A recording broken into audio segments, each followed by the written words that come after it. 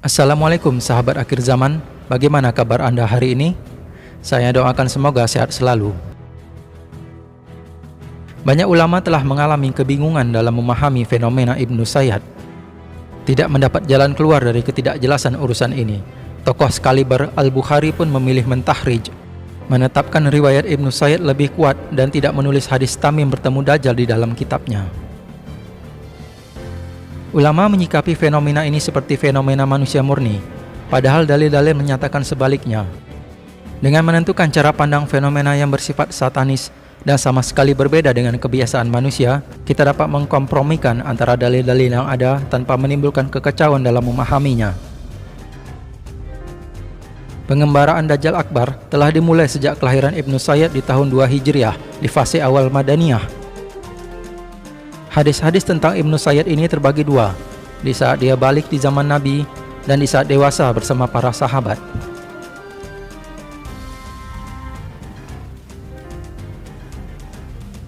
Nabi menaruh perhatian serius dan khusus terhadap fenomena Ibnu Sayyad.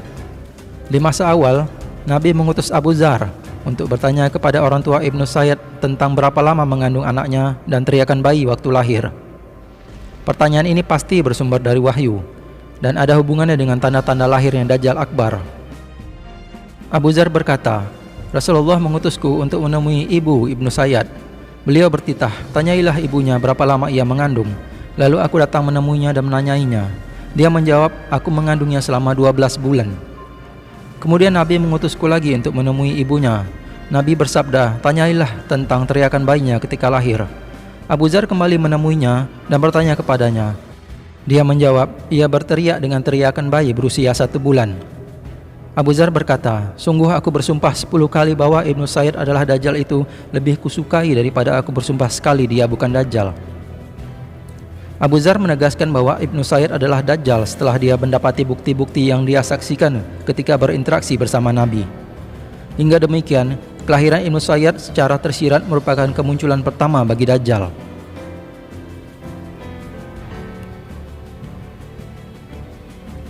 Dari Abu Bakrah, Rasulullah menggambarkan sifat kedua orang tua Dajjal kepada kami. Beliau bersabda, bapaknya orang yang bertubuh tinggi, kurus, hidung seperti paruh burung. Ibunya wanita yang gemuk dan panjang susunya. Abu Bakrah bersama Zubair bin Awam datang menemui orang Yahudi di Madinah, dan sifat fisik yang diterangkan Nabi ada pada keduanya.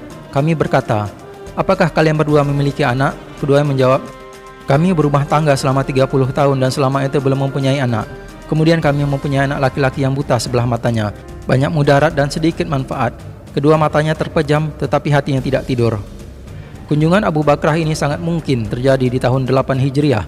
Adapun petunjuk Nabi tentang kelahiran Dajjal serta sifat orang tua Dajjal menunjukkan kemungkinan peristiwa munculnya Dajjal belum pernah terjadi sebelumnya. Jika Dajjal sudah muncul di zaman sebelumnya, tentunya Nabi dan para sahabat tidak mengecek Ibnu Sayyad secara langsung.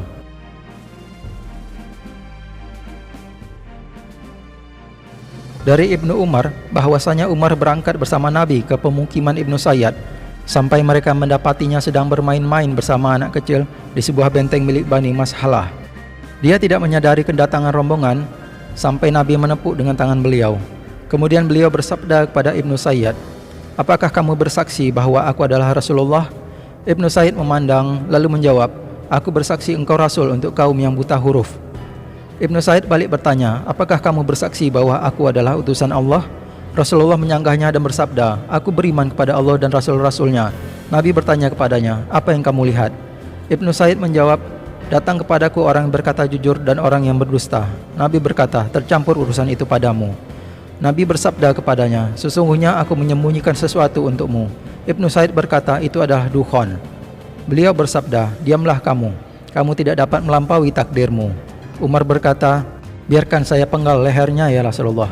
Nabi bersabda, jika dia itu Dajjal, kamu tidak akan mampu mengalahkannya. Sedangkan jika ia bukan Dajjal, maka tidak ada kebaikan untukmu. Kemampuan Ibnu Sayyad menebak asap jelas salah satu jenis bantuan setan. Perkataan Nabi, kamu tidak dapat melampaui takdirmu, bahwa dia tidak dapat melampaui kemampuan menghafal satu kata yang disampaikan setan dari sekian banyak kata lainnya. Pemilihan kata dukun atau asap yang ada hubungannya dengan Dajjal menguatkan gagasan secara pasti Ibnu Sayyad itu Dajjal Akbar, dan Nabi sudah memiliki sejumlah indikasi yang menguatkan itu.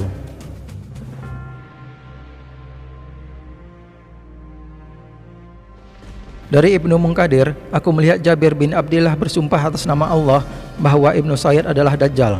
Aku bertanya, apakah kamu bersumpah atas nama Allah tentang perkara ini? Dia menjawab, aku mendengar Umar bersumpah di hadapan Nabi, namun Nabi tidak mengingkarinya. Jabir adalah salah satu perawi hadis Tamim. Walaupun dia mengetahui kisah Tamim bahwa Dajjal terikat di pulau, dia tetap bersikukuh atas keyakinannya.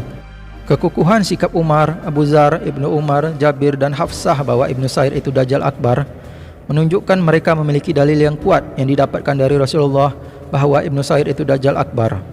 Nabi bersabda, sesungguhnya Allah meletakkan kebenaran pada lisan Umar. Dia mengatakan dengan kebenaran itu.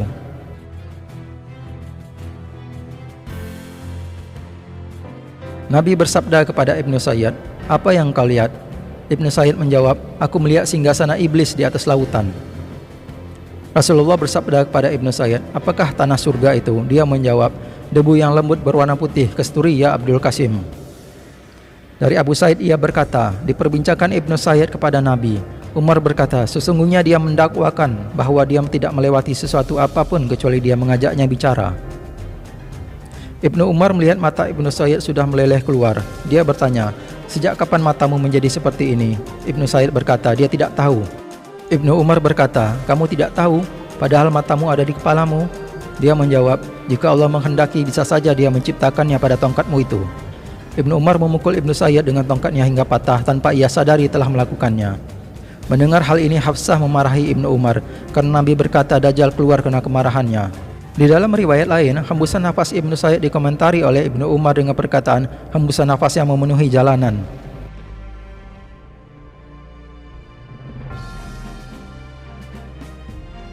Dari Abu Sa'id Al-Khudri, dia berkata, kami berpergian untuk menunaikan ibadah haji, lalu rombongan terpisah dan tersisa aku dan Ibnu Sayyad. Aku dikuasai perasaan risau yang sangat terhadapnya karena mendengar apa yang dikatakan orang tentang dia. Aku berkata, panas ini sangat menyengat. Ibnu Sayyid pergi dan datang lagi membawa periuk berisi susu kambing. Dia berkata, minumlah Abu Sayyid. Aku berkata, panas ini sangat menyengat dan susu ini pun panas. Tidaklah aku mengatakan ini kecuali karena aku tidak suka meminum dari tangannya. Ibnu Sayyid berkata, wahai Abu Sayyid, sesungguhnya aku sangat ingin untuk mengambil tali dan menggantungnya di pohon. Lantas aku mencekik diriku sendiri karena apa yang dikatakan orang terhadap diriku. Siapakah yang tidak tahu dengan hadis Nabi? Bukannya Rasulullah telah bersabda, Dajjal itu kafir, sedangkan aku ini seorang muslim? Nabi berkata Dajjal itu mandul, sedangkan aku punya anak yang tinggal di Madinah. Bukannya Nabi berkata Dajjal tidak dapat memasuki Makkah dan Madinah, sedangkan aku ini baru saja meninggalkan Madinah dan hendak menuju Makkah. Abu Said berkata, sampai-sampai aku hampir meminta maaf kepadanya. Kemudian dia berkata, ketahuilah, demi Allah, sungguh aku mengetahui Dajjal, aku tahu tempat lahirnya, aku juga tahu di mana dia sekarang ini. Abu Said berkata, celaka kamu sepanjang hari ini. Abu Said hampir saja menerima alasan Ibnu Sayyad itu. Di dalam pola hadis-hadis, Ibnu Sayyad suka membohongi orang-orang di sekitarnya di zaman kekhalifahan Abu Bakar dan Umar. Tidak ada riwayat adanya hukuman atas kebohongannya. Ibnu Hajar berkata, adapun berbagai alasan Ibnu Sayyad bahwa dia itu adalah seorang muslim dan lainnya, maka tidak ada dalil atas klaimnya. Karena Nabi hanya memberitahukan tentang sifat-sifatnya pada waktu kemunculannya pada akhir zaman. Tidak bisa masuk Madinah di akhir zaman, tidak menikah sejak kemunculannya, meskipun dia pernah punya anak sebelum itu. Abu Said berkata pada Ibnu Sayyad, apakah kamu senang bila kamulah yang menjadi Dajjal itu? Dia berkata, kalau itu ditawarkan kepadaku, maka aku tidak membencinya. Bahwa Ibnu Sayyid sangat mengagumi Dajjal sesudah dia masuk Islam adalah alasan untuk meragukan keislamannya.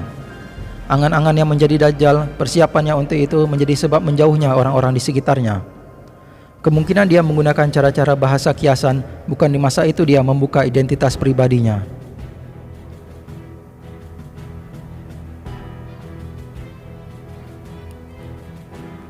Hadis Tamim ini banyak mengubah pandangan ulama tentang Ibnu Sayyid itulah Dajjal Akbar.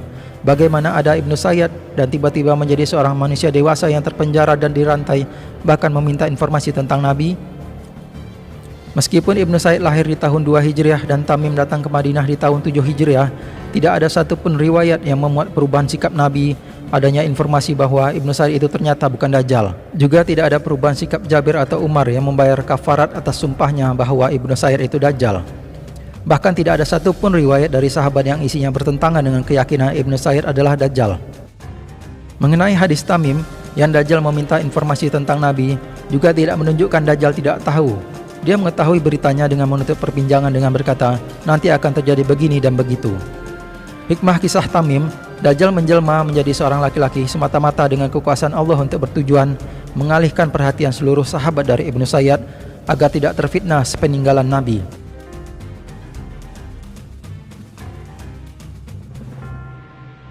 Dari Jabir dia berkata, kami kehilangan Ibnu Sayyad pada hari Al-Harrah. Hari Al-Harrah adalah hari di mana Bani Umayyah di bawah Yazid menyerang dan menjarah Madinah. Ibnu Sayyad menghilang. Ini memantah informasi Ibnu Sayyad wafat dan disolatkan sahabat di Madinah. Ibnu Hajar awalnya berkata Ibnu Sayyad bukan Dajjal, kemudian berbalik pendapat sesudah menyebutkan arsar ulama bahwa dia pernah melihat Ibnu Sayyad di Asbahan. Kita tidak berhadapan dengan fenomena manusiawi. Menyamakannya dengan akal dan aturan alamiah seperti manusia adalah kesalahan. Metode terbaik adalah mengkompromikan dalil-dalil yang ada tanpa menimbulkan kekacauan dalam memahaminya. Roh Dajjal menetap di Ibnu Sayyad sejak kelahirannya, bertujuan untuk mencari informasi tentang risalah Islam yang nantinya akan dia perdayai di akhir zaman. Roh Dajjal ini juga menetap di tubuh lelaki tua yang terikat di Pulau Yaman. Roh Dajjal ini juga menetap dan menjelma menjadi wujud seorang pemuda keriting di akhir zaman. Berbagai kondisi Dajjal yang tidak konsisten selalu berubah penampilan hanya terjadi sebelum kemunculannya di akhir zaman.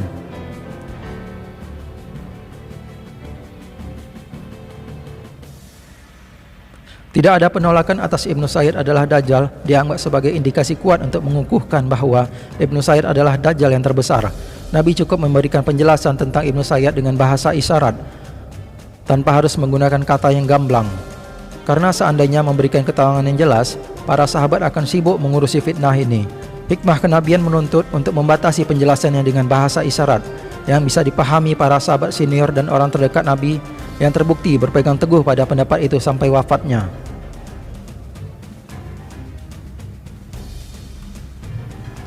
Ada pendapat mengenai Dajjal itu adalah Samiri atau Judas Iskariot. Sayangnya pendapat ini tidak memiliki satu dalil pun. Bahkan pendapat Samiri ini Dajjal tertolak di dalam Al-Quran surat At-Taha ayat 97 yang menyatakan bahwa Samiri mendapatkan hukuman tidak bisa menyentuh orang dan juga sebaliknya orang tidak dapat menyentuhnya hingga dia wafat.